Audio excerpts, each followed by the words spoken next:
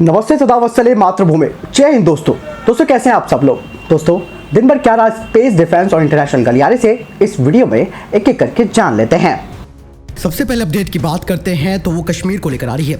कश्मीर में आतंकियों ने एक हमला किया। अनंतनाग जिले के पाजालपोरा बिजबेहरा में आईईडी ब्लास्ट हुआ है। हालांकि हमले में कोई हताहत नहीं हुआ है। हालांकि कुछ गाड़ियों को नुकसान जरूर पहुंचा है। आपको बता दें कि जिस रास्ते पर यह हमला हुआ है उसी मार्ग से यानी कि उसी रास्ते से सीआरपीएफ की ओआरपी निकलती है, यानी कि रोड ओपनिंग पार्टी। आपको बता दें कि आईईडी को एक वाहन के अंदर प्लांट किया गया था। इस ब्लास्ट में सुरक्षा बलों को कोई नुकसान नहीं पहुंचा। इस कायराना हमले के बाद पाजालपोरा इलाके में सुरक्षा बढ़ा दी गई है। आतंकियों की तलाश में इलाके की घेराबंदी कर दी गई है और तलाशी अभियान शुरू कर दिया है। आपको बता दें कि कश्मीर में आतंकी संगठनों की कमर टूट चुकी है और ऐसे में वो अब सुरक्षा बलों पर निशाना बनाने की साजिश रच रहे हैं। लेकिन अब हमारी जो सुरक्षा एजेंसियां हैं वो काफी चौकस हैं और इनकी हर गतिविधि की जानकारी ली जा रही है। सबसे खास बात यह है कि आतंकवादी अपनी लास्ट स्टेज पर पहुंच चुके हैं और ऐसे में वो कहते हैं ना कि दिया जब बुझता है तो फड़फड़ाता है। तो ये फड़फड़ाने वाली जो हरकतें हैं, कायराना हरकतें हैं, ये आतंकी कर रहे हैं और इन्हें भी जल्द से जल्द हूरों का दर्शन करवाया जाएगा। अगली खबर भारत चीन को लेकर आ रही है। एलएसी पर भारत और चीन के सैनिकों की वापसी की नई तस्वीरें आई हैं। इन तस्वीरों में साफ तौर पर देखा जा सकता है कि चीन के सैनिक वापस लौट रहे हैं। इतना ही नहीं, चीन की सेना यानी कि पीएलए ने जो वहां पर निर्माण किए थे उन्हें भी ध्वस्त किया जा रहा है। निर्माण ध्वस्त होने की तस्वीरें भी देखी जा सकती है। भारतीय सेना की तरफ से एक वीडियो जारी किया गया है जिसमें चीन के सैनिकों और टैंकों की वापसी साफ तौर पर देखी जा सकती है। आपको बता दें कि भारत और चीन पूर्वी लद्दाख में पैंगोंग झील के उत्तर और दक्षिण से सैनिकों को हटाने के एक समझौते पर पहुंच गए हैं। समझौते के बाद भारत चीन चरणबद्ध और समन्वित तरीके से फॉरवर्ड पोस्टों पर तैनात सैनिकों को पीछे हटाएंगे। आपको बता दें कि रक्षा मंत्री राजनाथ सिंह ने कहा कि चीन उत्तर पैंगोंग झील के फिंगर 8 के पूर्व में अपने सैनिकों को रखेगा। भारत अपने सैनिकों को फिंगर 3 के पास स्थायी बेस पर रखेगा। रक्षा मंत्री ने कहा कि चीन ने पूर्वी लद्दाख में एलएसी के पास कई स्थानों पर हथियारों और गोला बारूदों के साथ भारी सैन्य बल तैनात कर रखा है। इसके जवाब में हमारी सेना ने पर्याप्त और प्रभावी ढंग से तैनात है। आपको बता दें कि चीन ने फिंगर 5 पर एक हेलीपैड जो उन्होंने बनाया था उसे भी ध्वस्त कर दिया है और इन इलाकों में अब मानव रहित हवाई वाहनों से और सैटेलाइट के माध्यम से ऑब्जर्वेशन की जा रही है। हालांकि स्ट्रेटेजिक रूप से जो डेप्सांग का मैदान है, गोगरा पोस्ट है और हॉट स्प्रिंग, यहाँ पर जो डिसएंगेजमेंट होना है उसको अभी अंतिम रूप दिया जाना बाकी है। और दोस्तों जो लोग ये कह रहे हैं कि चीन के मुताबिक ये सब हो रहा है कि उसने अपनी शर्तों को भारत पर थोपने की कोशिश की है और भारत उसकी वजह से पीछे हट रहा है, तो ऐसा नहीं है। जितना भी ये डिसएंगेजमेंट का प्रोसेस चल रहा है वो भारत के मुताबिक ही चल रहा है, ना कि चीन के मुताबिक।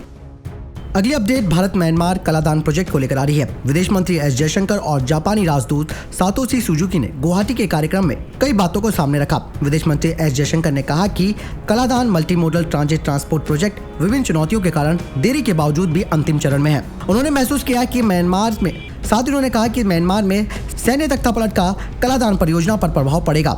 हालांकि हमें उम्मीद है कि विकास की जो परियोजनाएं हैं वो प्रभावित नहीं होंगी। साथ ही उन्होंने कहा कि इस प्रोजेक्ट में कई लॉजिस्टिकल चैलेंजेस भी थे। कुछ हिस्सों में काम आगे बढ़ गया। सितवे पोर्ट कुछ समय में चालू हो जाएगा। प्लेटवा इनलैंड वाटर टर्मिनल आगे बढ़ चुका है। साथ ही उन्होंने बताया कि सड़क निर्माण में जो देरी का कारण है वो है उस क्षेत्र में कानून और व्यवस्था की चुनौतियां। लेकिन अब हमें भरोसा है कि हम इस पर आगे बढ़ जाएंगे। कुछ परियोजनाएं तेजी से चलती हैं तो कुछ धीमी चलती हैं। आप कुछ सीखते हैं और बेहतर करते हैं। हमारा मानना है कि हम इस प्रोजेक्ट के फाइनल स्टेज पर पहुंच रहे हैं। दोस्तों कलादान प्रोजेक्ट आखिर है क्या, इस बारे में मैंने एक वीडियो बना रखा है।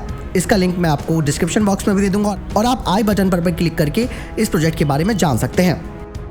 अगली खबर दक्षिण कोरिया को लेकर आ रही है। दक्षिण कोरिया अपने KF-X जेट प्रोटोटाइप को अप्रैल में रोल आउट करने वाला है। पहला प्रोटोटाइप वर्तमान में असेंबली के अंतिम चरण में है। आपको बता दें कि वहां की वायुसेना ने F4 और F5 जेट के बेड़े को बदलने के लिए 4.5 पीढ़ी के लड़ाकू विमान को विकसित करने के लिए 2015 में दक्षिण कोरियाई KF-X परियोजना पर काम शुरू किया। आपको बता दें कि कोरिया की एरोस्पेस इंडस्ट्री कंपनी 2020 से पहले ही उन्होंने अपनी असेंबली शुरू कर दी थी और वे इस प्रोजेक्ट के लीड है। रिपोर्ट में कहा गया है कि जमीनी और उड़ान परीक्षण 2026 के आसपास होने की उम्मीद है। 2032 तक 40 यूनिट्स को वायुसेना में और दूसरी 80 यूनिट्स को वितरित किए जाने की योजना है। आपको बता दें कि इस विमान की जो स्पीड है वो मैक 1.81 है। इसकी रेंज 2900 किलोमीटर है और ये मैक्सिमम पेलोड 7700 किलोग्राम का ले जा सकता है। इस फाइटर जेट पर फ्यूल टैंक के साथ 10 स्पॉट्स भी लगे हैं मिसाइलें ले जाने के लिए और ये कई प्रकार की एयर टू एयर मिसाइलें ले जाने में सक्षम है, खासकर कि IRIS-T और MBDA के द्वारा बनाई गई एक्टिव रडार गाइडेड मिथियोर मिसाइल। दोस्तों अगर आपको यहाँ तक जानकारी पसंद आई हो तो वीडियो को लाइक जरूर कीजिएगा, साथ ही अपना महत्वपूर्ण कमेंट हमें जरूर कीजिएगा। विदेशी राजनयिकों का एक दल जम्मू कश्मीर के मैदानी हालात का जायजा लेने के लिए यहाँ पहुंचा है। इसमें यूरोपियन यूनियन के डिप्लोमेट्स शामिल हैं। ये स्थानीय लोगों और प्रशासनिक अधिकारियों से बातचीत करेंगे। भारत की इस कवायद से पाकिस्तान बौखला गया है। पाकिस्तान के विदेशी विभाग ने आरोप लगाया कि विदेशी राजनयिकों को जम्मू कश्मीर के दौरे पर ले जाकर भारत दुनिया को गुमराह करना चाहता है। पाकिस्तान के विदेशी विभाग द्वारा एक बयान जारी किया गया। इस बयान में फॉरेन डिप्लोमेट्स के कश्मीर दौरे को प्रायोजित बताया गया है। साथ ही पाकिस्तान के विदेश विभाग ने कहा कि ये पूरी तरह से प्रायोजित दौरा है और हम इसकी निंदा करते हैं। हालांकि दोस्तों जिस तरीके से जम्मू कश्मीर का दौरा ये विदेशी राजनयिक करेंगे, ठीक हमें भी अब ये पहल करनी चाहिए कि ठीक बलूचिस्तान में भी विदेशी राजनयिकों का दौरा कराना चाहिए, ताकि पाकिस्तान की हकीकत का पता चल सके।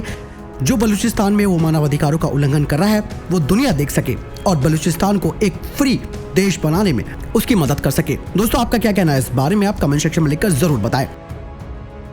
रक्षा मंत्री राजनाथ सिंह ने ई छावनी पोर्टल की शुरुआत की है, जो देश भर के 62 छावनी बोर्डों के निवासियों को नगर पालिका संबंधी सेवाएं ऑनलाइन प्रदान करेगा। साथ ही राजनाथ सिंह ने कहा कि इस पोर्टल की मदद से लोग व्यापार लाइसेंस जैसे सरकारी दस्तावेज प्राप्त कर सकेंगे और पानी के कनेक्शन जैसी सेवाओं के लिए भी आवेदन कर सकेंगे। रक्षा छावनी क्षेत्र में स्वास्थ्य, स्वच्छता, प्राथमिक शिक्षा आदि सार्वजनिक सेवाएं संबंधित छावनी बोर्ड द्वारा प्रदान की जाती है, जो रक्षा मंत्रालय के अंतर्गत एक नागरिक प्रशासन निकाय है। रक्षा मंत्री ने कहा कि मुझे भली भांति पता है कि छावनी बोर्ड में रहने वाले लोगों को कई समस्याओं का सामना करना पड़ता है। आप घर पर बैठकर अपनी शिकायतें दर्ज करवा सकते हैं और इस पोर्टल की मदद से इनका समाधान पा सकते हैं। दोस्तों आपको बता दें कि पूरे भारत में 62 छावनी बोर्ड में लगभग 20 लाख लोग निवास करते हैं। रक्षा मंत्री राजनाथ सिंह ने कहा कि हमने ये पोर्टल शुरू किया है ताकि लोगों को बार बार सरकारी दफ्तरों के चक्कर न काटने पड़े और किसी भी समस्या के समाधान के लिए लाइन में न खड़ा होना पड़े। ये है टॉप 3 कमेंट्स।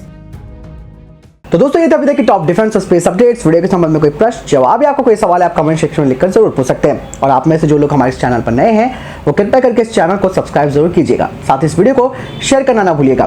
धन्यवाद, मिलता हूं नए वीडियो के साथ, तब तक के लिए जय हिंद, जय भारत।